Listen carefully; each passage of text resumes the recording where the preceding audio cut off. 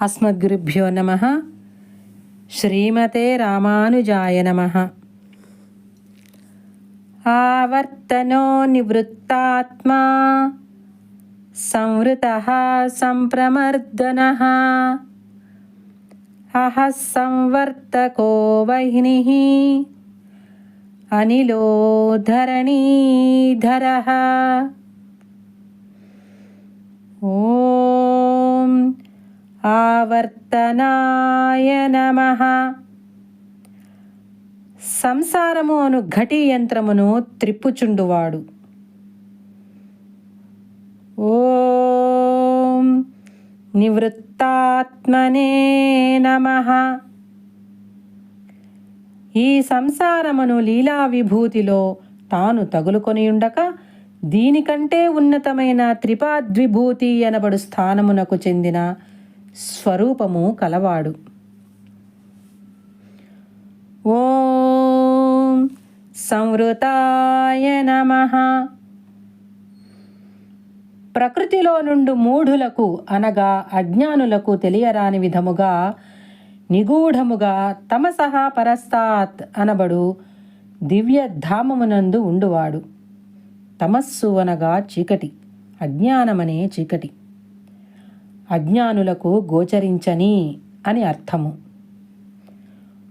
ఓం సంప్రమర్దనాయ నమః. ఆవరణమైన తమస్సు అనబడు ఆ తెరను తనను గూర్చిన దివ్య జ్ఞానము అనబడు ప్రభచే తొలగింపజేయువాడు. ఆశ్రితులకు ప్రకృతి సంబంధమును నశింపజేయువాడు అని అర్థము. ఓం అహః సంవర్తకాయ నమః. అహః అనగా కాలము. అట్టి కాలము యొక్క పరిణామమునకు కారణమైనవాడు. కాలము అను చక్రమును త్రిప్పువాడు అని అర్థము. ఓం వహ్నయే నమః. ప్రదేశ భేదముచే సర్వ ప్రపంచమును వహించుచున్నాడు. ఓం అనిలాయ నమః. అందరినీ ఉజ్జీవింపజేయువాడు. జీవనము అనగా సామాన్యమైన బ్రతుకు. ఉజ్జీవనము అనగా కేవలము సుఖమయమైన నిత్యమైన ఉన్నతమైన బ్రతుకు అనగా మోక్షము. ఈ రెంటినీ కలిగించువాడు. ఈ విధముగా అననాత్ బ్రతుకును ఇచ్చినవాడు కావున అనిలః.